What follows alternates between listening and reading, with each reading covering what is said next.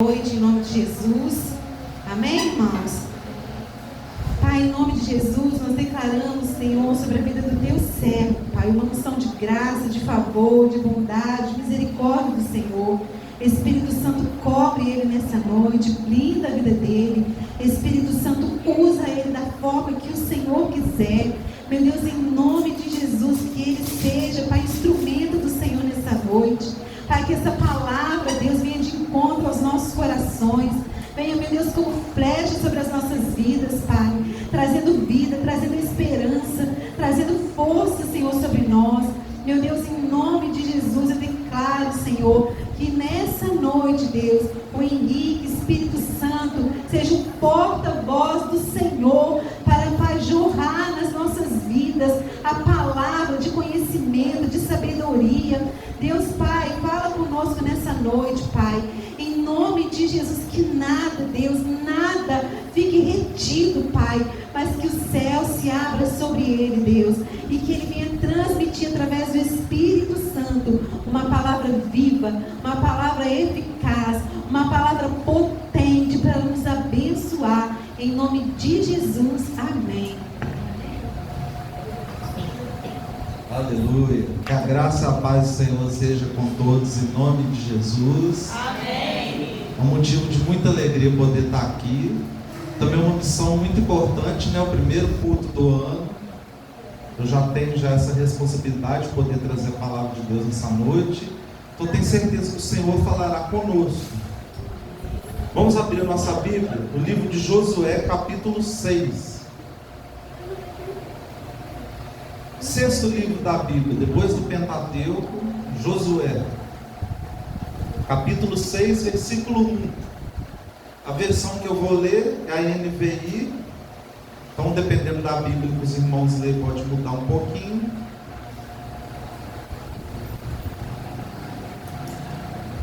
Então, Josué capítulo 6, versículo 1.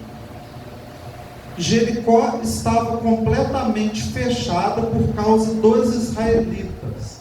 Ninguém saía nem entrava. Então o Senhor disse a Josué: saiba que entreguei nas suas mãos Jericó, seu rei e seus homens de guerra. Marche uma vez ao redor da cidade com todos os homens armados. Façam isso durante 6 dias. 7 sacerdotes levarão cada um uma trombeta de chifre de carneiro à frente da arca, que é a arca da aliança. No 7º dia, marchem todos 7 vezes ao redor da cidade, e os sacerdotes toquem as trombetas. Quando as trombetas soarem um longo toque, todo o povo dará um forte grito, e o muro da cidade cairá, e o povo atacará cada um do lugar onde estiver. Amém? Os irmãos poderem fechar a Bíblia. Então, a palavra do Senhor nessa noite é sobre o livro de Josué. Antes eu quero dar uma pequena introdução para os irmãos entenderem o que está acontecendo aqui. Quando a gente estuda o Velho Testamento e até a atualidade, a gente vê que Israel passou por vários períodos. O povo de Deus, ele já passou por vários períodos nessa terra. A gente está numa virada de ano, onde a gente está entrando agora no ano de 2025, e eu tenho certeza que os irmãos que estão aqui já passou por vários altos e baixos, porque na vida a gente é cheio de altos e baixos. Quem aqui nunca passou uma tribulação, ou teve alguma dificuldade financeira, ou uma dificuldade para pagar um boleto, quem sabe? Quem aqui nunca ficou enfermo, nunca pegou nenhuma doença? Então a nossa vida ela é cheia de altos e baixos. E eu quero falar sobre o povo de Israel. O começo da história do povo de Deus começou com Abraão, onde Deus fala para ele: sai da terra dos caldeus e vai para uma terra que eu te mostrarei. E os irmãos conhecem a história. A gente vê a primeira fase do povo de Deus na terra. A gente vê uma fase de nascimento. Quantas coisas na vida nascem, quantas coisas ainda não nasceu, quantas coisas a gente quer conquistar, mas ainda não conseguimos conquistar. Mas eu quero declarar nessa noite, em nome de Jesus, esse é o ano da mudança. Não porque todo ano que vira um pregador chega e fala que é o ano da mudança. Esse será o ano da mudança, porque nós vamos viver firmes na palavra de Deus. Porque o ontem a gente não pode fazer mais nada, já passou. É necessário a gente entrar no ano, mas deixar para trás tudo que a gente passou de errado, se arrepender das coisas antigas e agora verdadeiramente se entregar a Jesus e viver o Evangelho de verdade.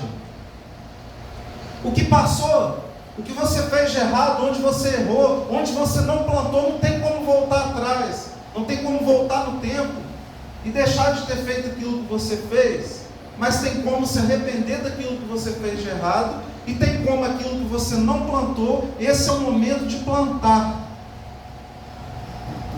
Então, no nascimento do povo de Deus, a gente vê Abraão, depois Isaac, Jacó e José, onde ele teve um crescimento nas terras que Deus prometeu para eles, nas terras de Israel, e foi um momento de bonança, um momento onde Deus abençoou muito Abraão. A gente sabe que Abraão foi um homem muito abençoado, muito próspero, e a sua descendência, Jacó, já, vamos dizer, já herdou uma grande parte disso.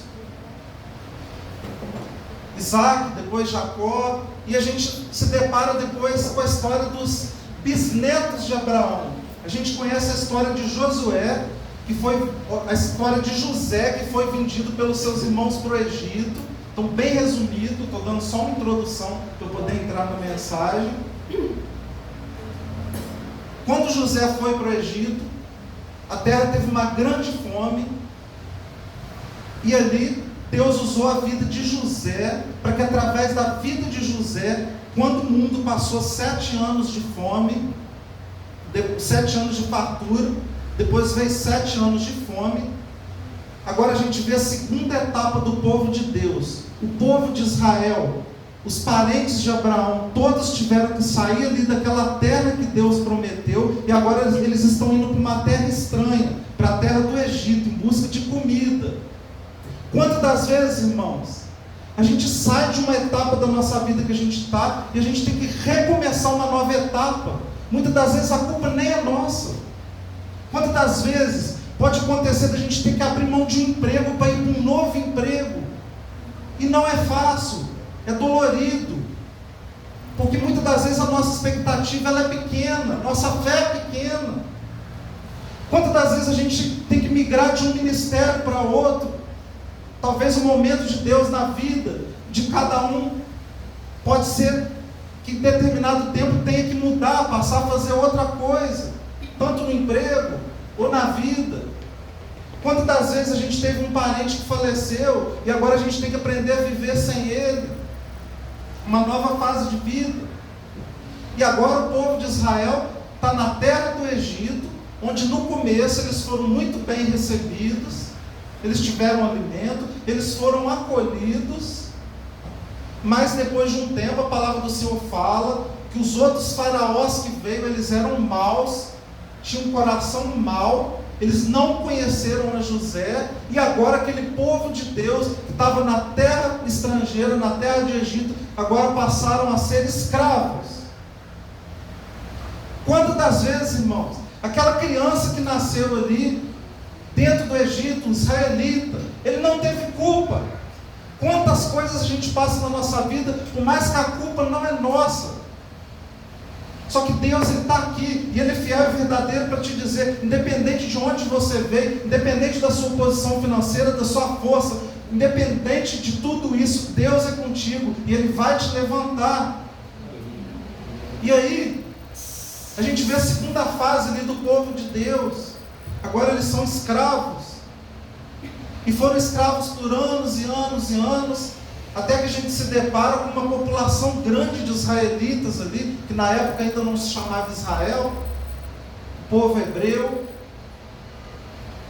e eles estavam cansados de ser escravo, já não aguentava mais, e eles começaram a pedir a Deus: Deus, envia um libertador, Deus, a gente não aguenta mais ser escravo.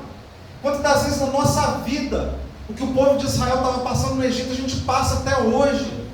Quantos aqui são escravos, talvez de algum pecado que te aprisiona, e você ainda não conseguiu se libertar? Quantas das vezes nós somos escravos das nossas próprias barreiras que a gente cria dentro da nossa mente, dizendo que a gente não é capaz, que a gente é fraco, que a gente é feio, que a gente não tem inteligência suficiente para fazer. Mas a palavra do Senhor, ela é viva e verdadeira, e ela fala que se Deus é conosco, quem será contra nós? Se nós tivermos fé do tamanho de um grão de mostarda, pequenininho, a gente vai dizer para o monte, ele vai ter que se precipitar no mar. Esse é um ano de vitória, porque é um ano que a gente já vai iniciar embasado na palavra de Deus, colocando Deus à frente, assim como o povo de Israel colocou ali, a gente leu, a arca ia na frente, junto com os levitas, louvando a Deus. Então, continuando a introdução, Deus aparece para Moisés, com a sarça ardente, e Moisés fala: quem é você? Deus fala: eu sou Yahvé, que em hebraico é YHWH, que significa em português: eu sou o que eu sou. Quem é Deus? Ele é o que Ele é Deus. A tradução do nome Deus, um nome muito sagrado para os judeus, esse nome YHWH nem pode ser escrito com qualquer caneta. O judeu, quando ele escrevia o nome de Deus, os escribas tinham que ter uma caneta específica só para escrever essas 4 sílabas, YHWH, Yahvé, que traduzindo para o português é Jeová, que o significado é eu sou o que sou. Esse é o Deus que se apresentou para Moisés e falou: Moisés, eu estou escolhendo você vai ser o libertador, através da sua vida, eu vou libertar o meu povo. E Moisés, os irmãos conhecem a palavra: ah Deus, mas eu não sei falar, então não tem problema, eu vou enviar Arão contigo. Sabe por quê? Porque a gente precisa um dos outros, nós somos um corpo. Talvez você está aqui nessa noite: poxa, eu não toco, eu não canto, eu não prego. Mas irmãos, aqui tem trabalho para todo mundo. Um ministério que Deus chamou todos nós para sermos evangelistas. Nós temos que evangelizar, levar a palavra de Deus a todos os cantos dessa terra. Essa foi uma ordem para todos nós, independente se seja através do instrumento, ou pregando, ou colocando uma postagem no Instagram. Então Deus, ele se apresenta para Moisés, e Moisés vai, os irmãos sabem a história, fala com o faraó, e faraó não acreditou. O que Moisés fez? Lançou o cajado dele sobre o chão, que virou uma serpente. Aí faraó falou: isso daí é fácil, meus magos, meus bruxos faz também. Faraó mandou chamar todos os magos e bruxos do Egito, eles jogaram os cajados no chão, e também viraram serpentes. Então eu quero te falar uma coisa: tem cristão que superestima. Ah, agora eu aceitei Jesus, eu batizei, eu estou salvo. E a pessoa deixa de vigiar. A palavra do Senhor fala: vigiais e orais para que não caia em tentação. Irmãos, o mal também tem poder. A serpente dos magos e dos bruxos do Egito também tiveram poder. A grande diferença é que a serpente que Moisés jogou no chão comeu todas as outras. Então não importa o tamanho daquilo que está vindo contra você, Deus na sua vida é maior. Aí, depois das pragas que Deus mandou no Egito, o faraó não aguentou mais, porque como a palavra do Senhor fala, quem resistirá à mão de Deus? Próxima fase do povo de Deus. Todo o povo de Deus, que aproximadamente 3 milhões de homens, tirando mulheres e crianças, saíram agora da terra do Egito e agora vão ir para a terra que Deus prometeu para eles, que Deus prometeu para Abraão, para toda a sua descendência. Eu fiquei muito feliz que foi o versículo que a irmã leu hoje no começo do culto, a irmã Fernanda, que eu ainda estava com dúvida: ah, meu Deus, é isso mesmo que o Senhor quer que eu pregue sobre o deserto? Ela veio e leu o versículo sobre o deserto, só confirmando.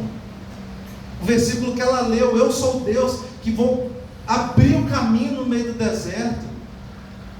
Irmãos, não é fácil. Imagine agora, a gente sabendo que a gente vai ter que abrir mão de Juiz de Fora, independente do que a gente está passando, entrar no meio do deserto.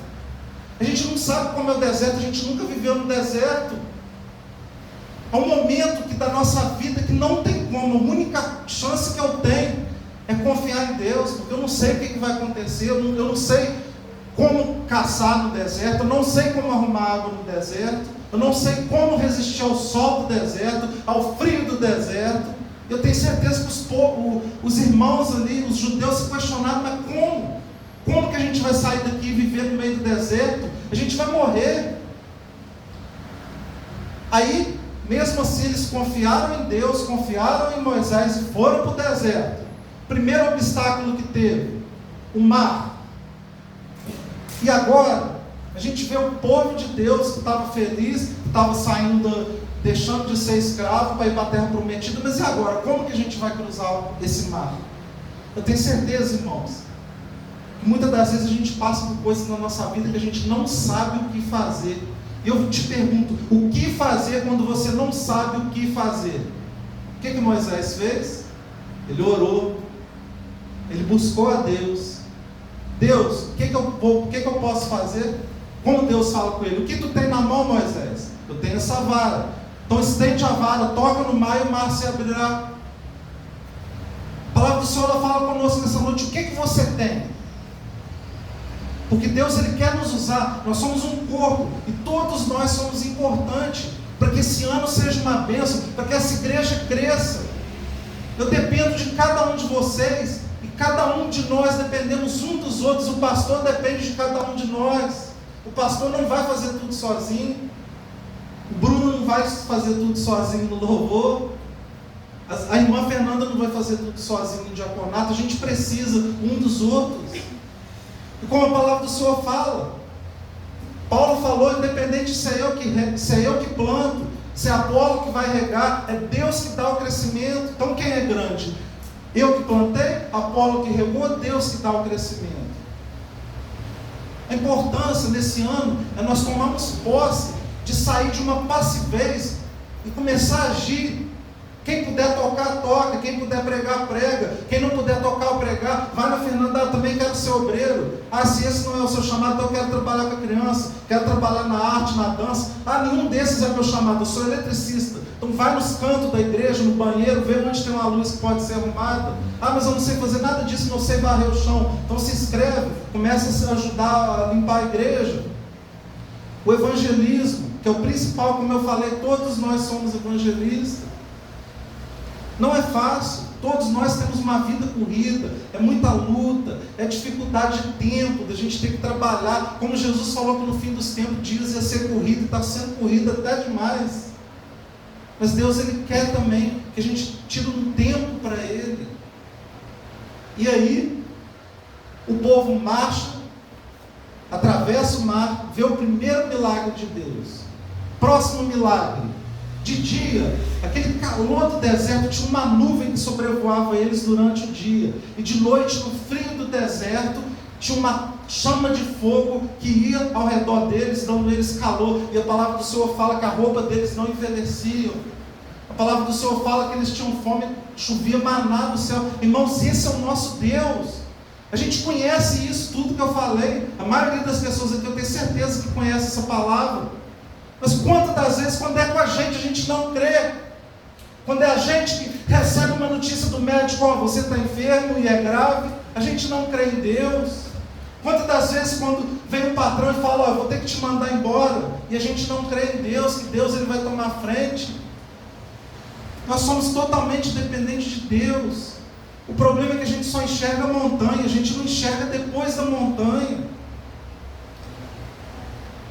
Mas aí o que aconteceu?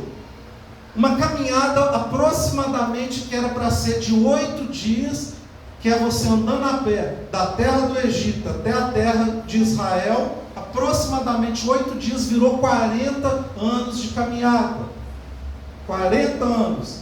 Porque o povo, por mais que via milagre, continuava sendo desobediente a Deus, continuava reclamando, continuava adorando outros deuses. Quando Moisés subiu, quando Deus mandou ele subir no monte para escrever os 10 testamentos, os 10 mandamentos, a primeira oportunidade que o povo teve, o que eles fizeram? Fizeram um bezerro de ouro e adoraram um bezerro de ouro. Quantas das vezes, irmão, isso se repete nos dias de hoje? A gente tem fé na medicina, a gente tem fé no dinheiro, a gente acha que se tem dinheiro no banco está tudo bem, agora tem meu imóvel, agora tem carro, e a nossa segurança não tem que ser as coisas materiais, a nossa segurança é Deus. O que adianta eu construir um palácio, se Deus me colocar a mão, vê um vento, sopra e leva tudo? O que adianta eu estar forte, saudável, ir na academia todo dia, se eu pegar uma doença, eu caio na cama e acabou? A nossa força tem que estar em Deus, porque Ele sim é o maior investimento. A palavra do Senhor fala: não junteis apenas tesouro que a traça pode corroer, mas sim tesouro no céu, porque lá não tem traça, lá é eterno. Eu quero te dizer nessa noite, o que você tem feito para Deus? No dia que Deus chegar para você: fulano, o que você tem para me dar? Ah, Deus, eu só ia no culto, sentava no banco, assistia os louvores, dávamos glória a Deus, ouvia a palavra e ia embora para minha casa, mas eu não fiz nada, eu não preguei, eu não toquei, eu não cantei, eu não evangelizei, eu não fiz nada.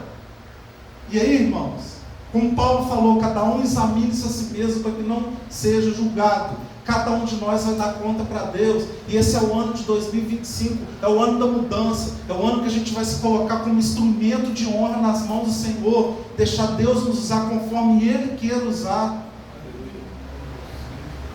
E aí Ele que vai acertar com cada um aquilo que Ele tem para cada um de nós. E aí, depois dessa introdução, eu chego na mensagem. Depois de 40 anos, Moisés, os irmãos sabem aquela passagem que Moisés pede água, e Deus ia prover água. Moisés, irado, vai, bate na rocha, e a rocha jorra a água, e Deus falou: Moisés, você não vai mais entrar na terra.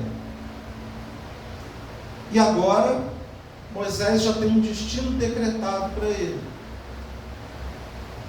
E Deus, Ele levanta outra pessoa para entrar no lugar de Moisés. Aí a gente entra na palavra de Deus dessa noite. Eles chegaram diante da terra prometida, a terra que Deus prometeu. O que Moisés ainda em vida fez? Eles não chegaram atacando, eles sondaram primeiro, eles usaram a inteligência, a sabedoria que Deus deu para ele. Então a palavra de Deus está nos ensinando: antes de fazer qualquer coisa, pare e pensa. Não faça nada precipitado, não chega fazendo de qualquer jeito. Pare, pense, medite, ore aquilo que você vai fazer nesse ano, os seus projetos para esse ano. Antes de fazer, coloque nas mãos de Deus, ore, apresenta para Deus. E aí, depois que Moisés morre, aí a gente entra na mensagem nessa noite. Josué, Deus fala com Josué: Josué, eu serei contigo assim como eu fui com Moisés. Não te assombres, não te espante, eu te darei a terra prometida. Aí, o que eles fizeram? Pegaram uma pessoa de cada tribo de Israel, das 12 tribos, e esses 12 pessoas, esses 12 homens, foram lá na terra prometida, que estava tomada pelos inimigos, e eles foram sondar o que tinha lá. Desses 12 homens que voltaram para dar a resposta do que tinha, 10 homens responderam: verdadeiramente a terra manda leite e mel. O povo, porém, que habita nessa terra é poderoso, e as cidades fortes e muito grandes, e também ali vimos os filhos de Anak. Então agora eu entro na palavra dessa noite: vencendo as batalhas da mente. Porque muitas das vezes, se a gente não vencer aqui a gente não vai vencer. Não é com a nossa força, mas sim com sabedoria, com a direção de Deus. E 10 daqueles homens chegaram e falaram: não tem como.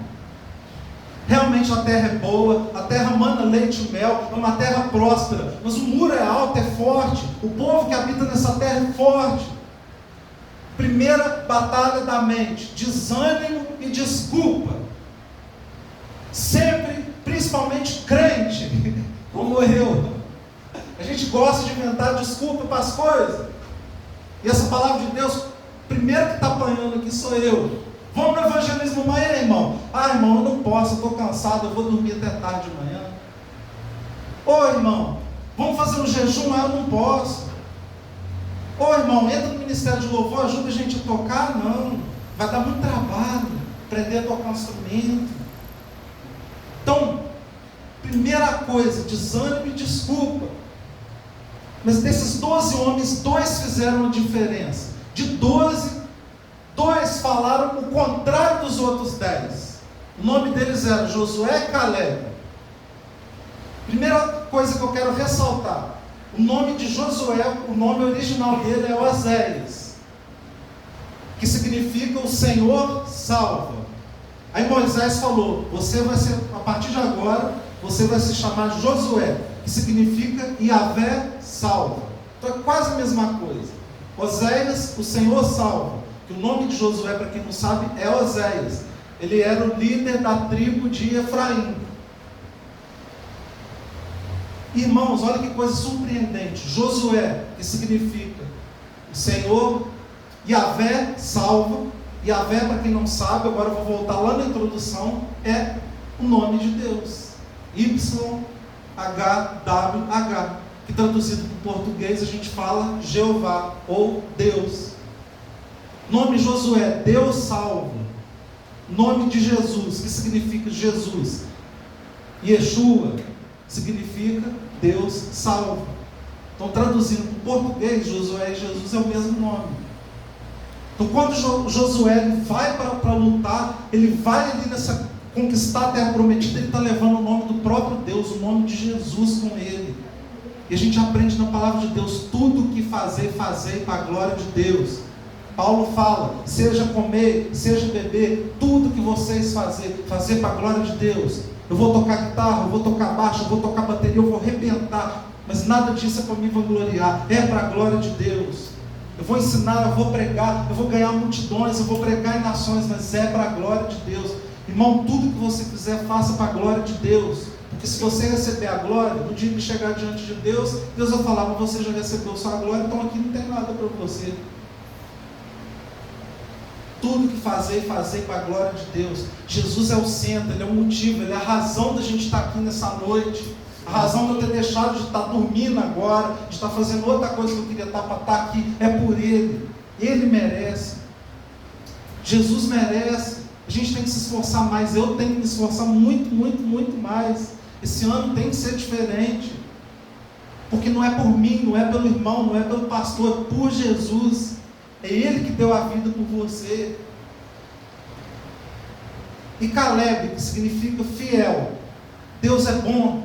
Ele podia mandar ele sozinho. Vai, José, sozinho. Não, Deus sempre manda alguém. A gente sempre precisa de um ombro amigo, de alguém para nos auxiliar. A palavra de Deus fala: o cordão de 2 dobras, de 3 dobras, muito mais forte. Quanto mais dobra, quanto mais pessoas se unir no propósito, melhor será. Então, primeira batalha, a desculpa, o desânimo. Aí veio Josué e Caleb e falou: peraí, vocês 10 estão falando isso aí, está tudo errado. Deus é conosco, Ele nos prometeu, Ele nos dará a terra prometida. Irmãos, muitas das vezes a gente está aqui dentro da igreja, só tem cristão aqui, mas muitas das vezes 10 tem uma visão totalmente errada, 2 tem a visão certa. É triste isso. Falta da gente conhecer a Deus. Existiam ali 2 desses 12 homens que eles conheciam a Deus, eles sabiam quem é o Deus de Israel, quem é o Deus que abre o mar vermelho, quem é o Deus que coloca nuvem na hora que está quente, coloca chama de fogo quando está frio. Nós temos que saber quem é Deus na nossa vida. Talvez você pense: Deus nem se preocupa comigo. Eu vou te falar, a palavra do Senhor fala que ainda que uma mãe se esqueça do filho que ainda amamenta, ainda assim eu não me esquecerei de ti, diz o Senhor. Ele sabe quantos fios de cabelo você tem. Ele te conhece mais do que você mesmo. Eu quero te dizer nessa noite: Deus se importa com você. A palavra de Isaías fala: Deus não quer com que nenhum se perca, mas que todos se arrependam, que todos sejam salvos. O problema, irmãos, é que Deus, o problema não, na verdade, a solução, Deus deu livre-arbítrio. Deus falou com o povo de Israel: eu lhes dou a bênção e a maldição, vocês escolhem. Quantas das vezes o povo escolheu a maldição? Quantas das vezes no dia de hoje a gente troca a bênção pela maldição? A gente troca um prato de lentilha. a troco de uma bênção muito grande. Então, esses dois, o que Deus fez?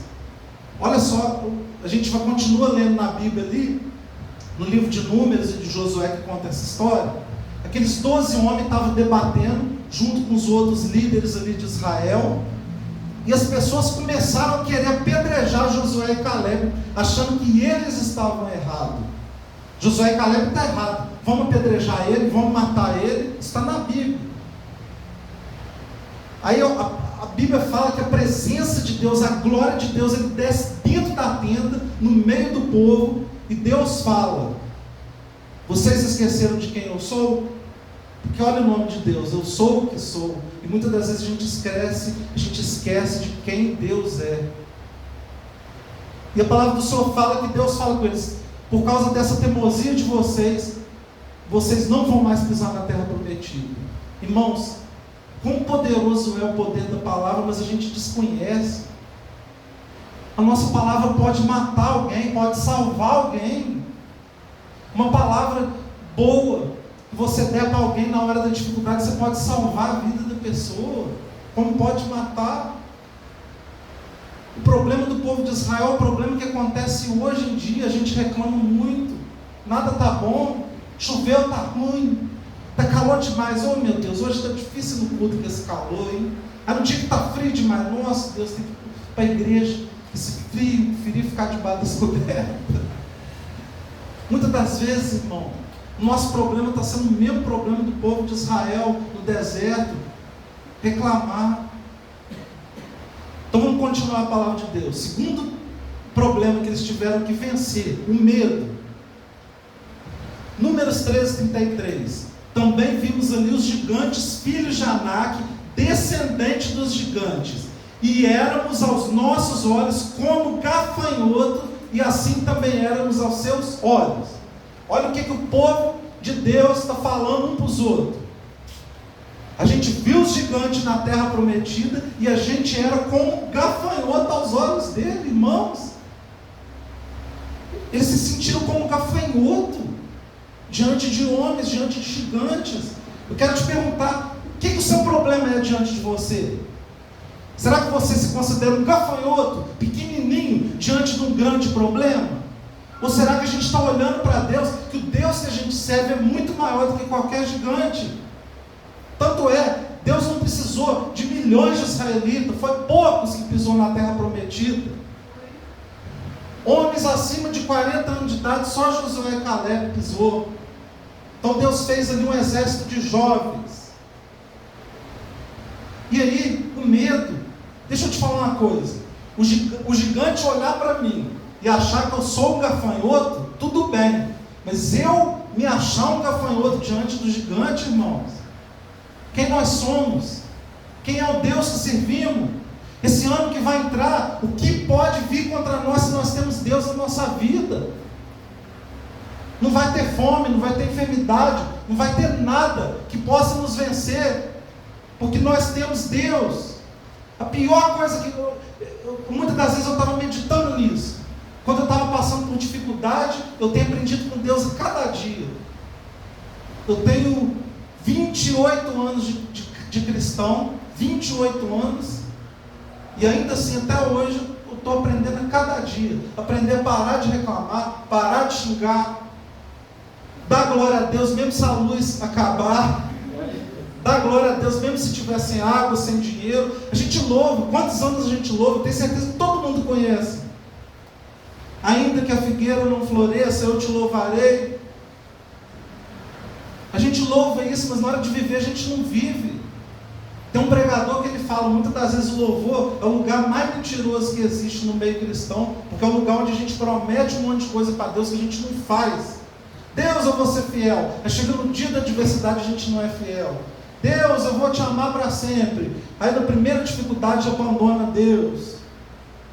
Deus, eu vou te dar tudo que eu tenho. Aí quando Deus te pede só o dízimo, você não dá. Deus, eu vou ser fiel a ti. Irmãos, vou falar por mim. A pior coisa que pode me acontecer é eu morrer. E a palavra do Senhor fala, se eu morrer é lucro, eu estou com Jesus. Paulo falou. Viver é lucro, morrer é ganho. O que pode vir contra nós, irmãos? Hoje é uma palavra de vitória. Você tem que sair daqui nessa noite na certeza que Jesus é contigo, que nada pode te deter nesse ano. Deus proverá. Eu nunca vi um justo desamparado, nem a sua descendência passar fome. Eu já falei para várias pessoas, eu falo agora em público, gravado ali para pôr no YouTube, para várias pessoas ouvir. Se você me mostrar um dizimista fiel, um servo de Deus fiel, que é correto com Deus, ele morrer de fome, eu rasgo minha Bíblia e deixo de ser crente, porque não tem. Deus é com ele, Deus é conosco, Deus ele nos ampara até o fim. A palavra do Senhor ela é fiel e verdadeira. Por que muitas das vezes, essa semana um aluno me perguntou: Henrique, por que tem tanta miséria, tanta desgraça nesse mundo? Eu falei para ele: sabe por quê? Porque o povo dá as costas para Deus. E depois eles acham que Deus tem a obrigação de abençoar eles, sendo que eles deram a costa para Deus. Quantas das vezes o continente africano, por exemplo, os países da África, muitas das vezes são os países mais pobres, tem, os irmãos sabem disso, assim como a Índia, por exemplo, são os países mais idólatras, os países que menos buscam a Deus. E muitas das vezes a gente sofre como o povo de Israel, porque a gente dá as costas para Deus. Ah, eu estou com medo, Henrique. Qual a palavra de Deus que você tem para mim? Não temas, porque eu sou contigo. Não te assombre, porque eu sou o teu Deus. Eu te esforço, eu te ajudo, eu te sustento com a destra da minha justiça. Isaías 41:10. Depois leia em casa. Eis que envergonhados e confundidos serão todos os que se irritam contra ti, tornar-se-ão nada. Olha o que Deus faz com quem se levanta contra ti: tornar-se-ão nada. Essa enfermidade que está na sua vida, em nome de Jesus eu declaro hoje: tornar-se-ão nada. Aquela pessoa que te persegue, que não te deixa em paz, tornar-se-ão nada. O seu problema financeiro, agora você vai começar a crer em Deus, vai colocar Deus na frente, vai ser dizimista fiel. Sabe esse problema financeiro? Tornar-se-ão nada. Continuando, terceiro problema que eles teve que enfrentar: incredulidade. O que é fé? Porque eles não tiveram fé, aqueles 10, porque eles olharam para o tamanho do problema, mas esqueceram de olhar para o tamanho do Deus deles. A fé, Hebreus 11:1, é o firme fundamento das coisas que se esperam e a prova daquilo que não se vê. Eu não estou vendo, mas eu tenho certeza que vai acontecer. Como adquirir a fé? Romanos 10:17, de sorte que a fé é pelo ouvir, e o ouvir pela palavra de Deus. Sabe por que você não tem fé? Sabe por que muitas das vezes eu não tenho fé quando eu passo por algum problema? Acabei de dar a resposta: falta de ouvir a palavra de Deus, de estudar ela. A gente só quer ouvir a palavra de Deus quando a gente entra dentro da igreja, na hora da pregação, uma vez por semana, no domingo, sendo que a gente tem que meditar dia e noite. Quarto problema, agora eu tenho que correr com a mensagem: ansiedade ou depressão. Quantas das vezes a nossa preocupação é o dia de amanhã, ou aquilo que passou? Irmãos, o que passou, passou, o amanhã ainda não chegou, a gente tem que viver o agora. Humilhai-vos, pois, debaixo da potente mão de Deus, para que a seu tempo vos exalte, lançando sobre ele toda a vossa ansiedade, porque ele tem cuidado de vós. 1 Pedro 5:7, lança sobre Deus toda a sua ansiedade, porque ele tem cuidado de você. Crê em Deus, eu tenho certeza que o amanhã Deus vai prover o alimento, Deus vai prover a roupa, Deus vai prover a nuvem, o fogo, Deus vai prover. Ah, será que Deus vai prover mesmo? Vamos lá.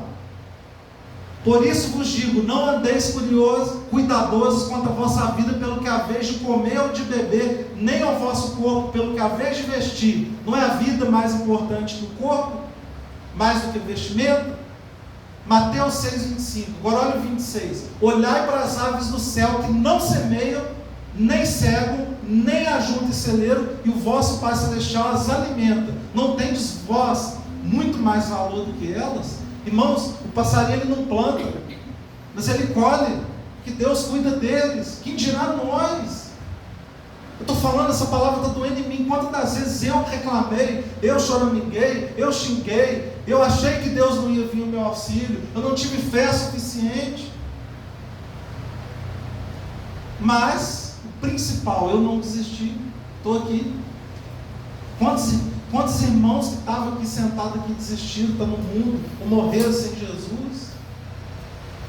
Não importa a corrida, para quem é servo de Deus, como Paulo fala, o que importa é a chegada. Quantas das vezes eu já vi pessoa, servo de Deus, que nadou o oceano inteiro e morreu na praia? A gente não sabe, como Cláudio Duarte prega, todo mundo tem uma senha da morte, um dia vai chegar a sua, a gente não sabe que dia vai ser. E se for hoje? E se a minha for aqui agora, antes de eu descer? Então eu tenho que confiar em Deus e me entregar verdadeiramente a Ele. 5. Autopiedade. Como eu já falei, eles se viram como gafanhoto diante dos gigantes. Irmão, Deus é conosco. E o 6, eu já vou falar de uma vez, o orgulho. Jesus ele nos ensina os frutos do Espírito, temperança, longanimidade, domínio próprio. Jesus fala para a gente ser temperante, nada demais. Autopiedade é quando eu não me acho suficiente, eu não me acho bom o suficiente para fazer algo para Deus, ou para arrumar um bom serviço, ou para ter um bom relacionamento. E o orgulho é o contrário, eu me acho demais, eu sou todo poderoso, eu posso, mas não, irmão, nem a autopiedade, nem o orgulho. A gente precisa de Deus. Como eu falei no começo da pregação, que me adianta construir uma fortaleza, um castelo, ter todo o dinheiro do mundo, se o vento soprar e cair tudo, se não é Deus na nossa vida, de nada nos adianta. 7, se conformar. Não vos conformeis com esse mundo, mas transformai-vos pela renovação do vosso entendimento, que é através da palavra de Deus. Por último, passivez. Jeremias 48:10. Maldito aquele que fizer a obra do Senhor fraudulentamente. Maldito aquele que preserva a sua espada do sangue. Nós temos que dar o nosso melhor para Jesus. Para finalizar a palavra nessa noite, o que aconteceu? Eles fizeram conforme Deus mandou. Durante 6 dias eles marcharam em volta da cidade.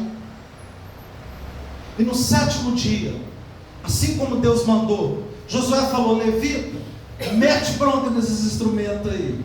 Então vamos fazer isso agora. Vamos já colocar de pé. Os levitas já vão chegar nos seus lugares. Josué falou: Levita, toca essas trombetas. E a Bíblia fala que os levitas tocou a trombeta no 7º dia, e a arca de Deus ia ali junto, assim como a presença de Deus está aqui agora. E na hora que os levitas tocaram a trombeta, os muros de Jericó caíram.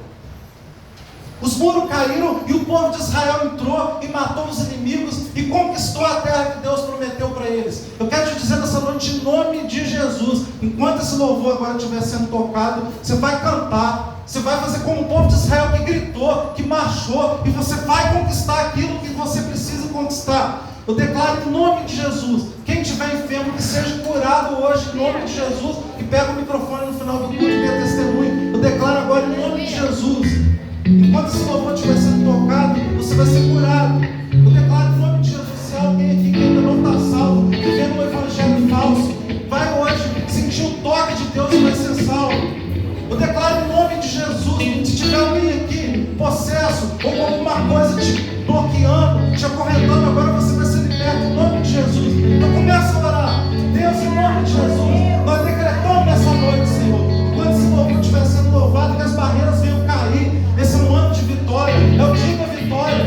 Agora eu declaro em nome de Jesus, onde estiver alguém enfermo, que seja curado agora em nome de Jesus. Se tiver alguém que processo, que ele seja liberto em nome de Jesus. Eu declaro agora os milagres do Senhor, em nome de Jesus, na casa dos teus servos, onde tiver uma enfermidade ali na casa dos parentes dos teus servos, agora enquanto eles oram, que eles sejam curados lá, Senhor. Declaramos em nome de Jesus a vitória. Esse é um ano de vitória. Nós tomamos posse. Eu profetizo em nome de Jesus, é o ano